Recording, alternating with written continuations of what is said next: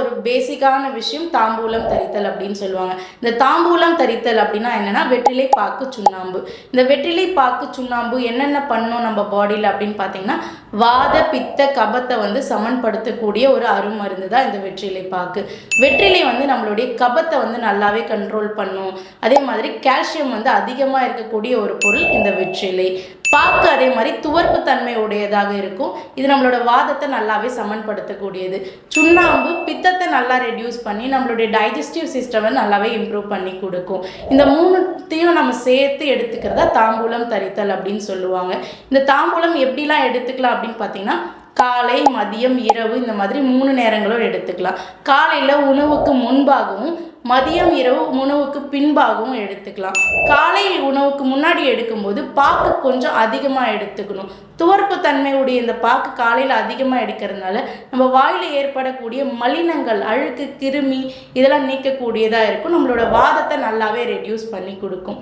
மத்தியான நேரங்களில் சுண்ணாம்பு அதிகமாக சேர்த்து எடுக்கணும். அதிகம்னா ரொம்ப அதிகமாக எடுத்துடக்கூடாது. வழக்கமாக ஒரு மிளகளவு தான் எடுக்கணும்னா அது கூட ஒரு கடுகளவு சேர்த்து எடுத்துக்கலாம். இந்த அளவுக்கு சுண்ணாம்பு எடுக்கும்போது நம்மளுடைய டைஜஷன் சிஸ்டம் நல்லாவே வேலை செய்யும். நம்ம சாப்பிடக்கூடிய உணவுகள் நல்லா செரிமானமாகி நம்ம உடம்புக்கு நல்லாவே அப்சர்வ் ஆகும். அதே மாதிரி இரவுகளில் வெற்றிலை அதிகமாக எடுத்துக்கலாம். வெற்றிலை எந்த அளவுக்கு எடுக்கணும்னா ஒரு 2 வெற்றிலை எடுத்துக்கலாம். பகலில் வந்து ஒரு 1.5 வெற்றிலை எடுத்துக்கலாம். இது வந்து காம்பு, நரம்பு, நுனியெல்லாம் நீக்கிட்டு நம்ம எடுத்து பயன்படுத்தணும். இதில் வந்து வெள்ளை வெற்றிலை, கருப்பு வெற்றிலை இந்த மாதிரி எதை வேணும்னாலும் நம்ம பயன்படுத்திக்கலாம். இந்த மாதிரி வெற்றிலை நம்ம எடுத்துக்கும் போது நம்மளுக்கு வந்து கால்சியம் நல்லா இன்க்ரீஸ் ஆகும், பசி நல்லா தூண்டும், இரவு நல்லா தூக்கம் வரும், நம்ம பாடியில் இருக்கக்கூடிய கொழுப்பு வந்து நல்லாவே கம்மி பண்ணும், ஹார்ட்டுக்கு ரொம்பவே இருதயத்துக்கு ரத்த ஓட்டத்தை நல்லாவே அதிகப்படுத்துறதுக்கு இது ஹெல்ப்ஃபுல்லாக இருக்கும். இதனால் நம்மளுக்கு வெயிட் ரெடியூஸும் நல்லாவே இருக்கும். சில பேர் வந்து சாப்பிட்டுட்டே இருப்பாங்க, ரொம்ப பசி இருந்துகிட்டே இருக்கும், அவங்களுடைய அந்த ஹார்மோன்ஸ் வந்து அந்த HCl செக்ரீஷன் வந்து ரொம்ப ஜாஸ்தியாக இருக்கக்கூடியவர்கள் இந்த வெற்றிலை பாக்கு எடுக்கும்போது அது டயட் பண்ணுறவங்களுக்கு ரொம்பவே ஹெல்ப்ஃபுல்லாக இருக்கும். அவங்க அளவாக சாப்பிட்றதுக்கு இது ரொம்பவே யூஸ்ஃபுல்லாக இருக்கும். இந்த வெற்றிலை பாக்கு கண்டினியூஸாக நம்ம எடுத்துகிட்டே வரும்போது இன்ஃபெர்டிலிட்டி மாதிரியான பிரச்சனைகள் வராது. சுகர், பிபி வராமல் நிறைய பேர் இருக்காங்க. வயதானவர்கள் வந்து பார்த்திங்கன்னா எலும்பெல்லாம் உடையக்கூடிய கண்டிஷன், ஆஸ்டியோபோரோசிஸ் அப்படின்னு சொல்லுவாங்க. இந்த ஆஸ்டியோபோரோசிஸ் கண்டிஷன் வராமல் ப்ரிவென்ட் பண்ணுறதுக்கு இந்த வெற்றிலை பாக்கு நம்ம பயன்படுத்திக்கலாம். இதனால் சைட் எஃபெக்ட்ஸ் எதுவுமே கிடையாது. கபதேகிகள் தாராளமாக நிறையவே எடுத்துக்கலாம். பித்த தேகிகள், பாடி ஹீட் அதிகமாக இருக்கக்கூடியவங்க கொஞ்சம் அளவாக எடுத்துக்கணும். அட்லீஸ்ட் ஒரு நாளைக்கு ஒரு தடவையாவது இந்த வெற்றிலை பாக்கை எடுத்துக்கும் போது நம்மளுடைய ஹோல் பாடியில் இருக்கக்கூடிய வாத பித்த கபத்தை இது நல்லா சமன்படுத்தி கொடுக்கும்.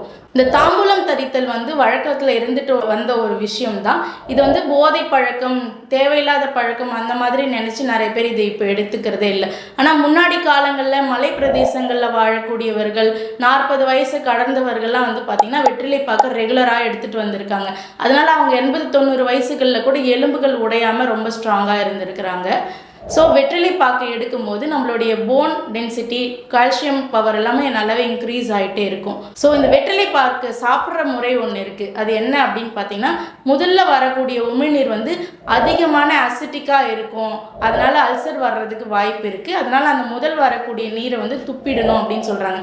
ஸோ நம்ம முதல்ல மென்ன உடனே அந்த ஃபஸ்ட் எச்சியை துப்பிடணும், 2வது எச்சியும் துப்பிடணும் அப்படின்னு சொல்கிறாங்க. இது அதி பைத்தியம் அப்படின்னு சொல்கிறாங்க. பைத்தியம்னா ஒன்றும் இல்லை, ஒரு மாதிரி ஒரு கிடினஸை கிரியேட் பண்ணுறதுனால இந்த 2வது வரக்கூடிய எச்சியை வந்து துப்பிடணும் அப்படின்னு சொல்கிறாங்க. 3வது வரக்கூடிய எச்சியை வந்து அமிர்தம் அப்படின்னு சொல்கிறாங்க. ஒரு அமிர்தத்துக்கு ஈக்குவலாக இந்த உமிழ்நீரை சொல்கிறாங்க. இது விழுங்குறது மூலயமா நம்மளுக்கு உடம்புக்கு வேண்டிய எல்லா சத்துக்களும் வந்து கிடைக்கும். 4வதாக வரக்கூடிய நீரையும் விழுங்கிடலாம். இது வந்து கொஞ்சம் ஸ்வீட்னஸோடு இருக்கும், அது இனிப்பு அப்படின்னு சொல்கிறாங்க.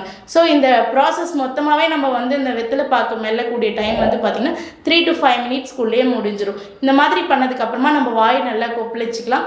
எல்லோரும் நினைப்பாங்க இது சாப்பிட்டுட்டே வரும்போது நம்மளுக்கு பல்லு கரையாயிடும், அதனால் சாப்பிடக்கூடாது, அது ஒரு ஐயா நான் இது சாப்பிட்டதே இல்லை அந்த மாதிரி ஒரு அருவருப்பாலாம் சொல்கிறவங்க இருக்காங்க. ஆனால் அவங்களுக்கு இந்த மாதிரியான இஷ்யூஸ் இருக்கிறதுக்கு இது ஒரு காரணமாக இருக்கலாம். இப்போ நான் சொன்னதுக்கு அப்புறமா இந்த ட்ரீட்மெண்ட்டை ஃபாலோ பண்ணி நிறைய பேர் நல்ல பெட்டர் ரிசல்ட் அடைஞ்சிருக்காங்க. ஸோ நீங்களும் ட்ரை பண்ணி பாருங்கள். பாரம்பரியமாக பயன்படுத்திட்டு வந்த இந்த மாதிரி நிறைய விஷயங்களை நம்ம இப்போ கைவிட்டுட்டோம். அந்த மாதிரி எதெல்லாம் உங்களுக்கு தெரிஞ்சுக்கணும் அப்படின்னு ஆர்வம் இருக்கோ அந்த விஷயங்களை கமெண்ட்டில் சொல்லுங்கள், நான் அதை பற்றி உங்களுக்கு ரிவீல் பண்ணுறேன். ஸோ இந்த மாதிரி மோர் இன்ஃபர்மேஷன்ஸ் தெரிஞ்சுக்கிறதுக்கு நம்ம பேஜை ஃபாலோ பண்ணுங்கள். தேங்க்யூ.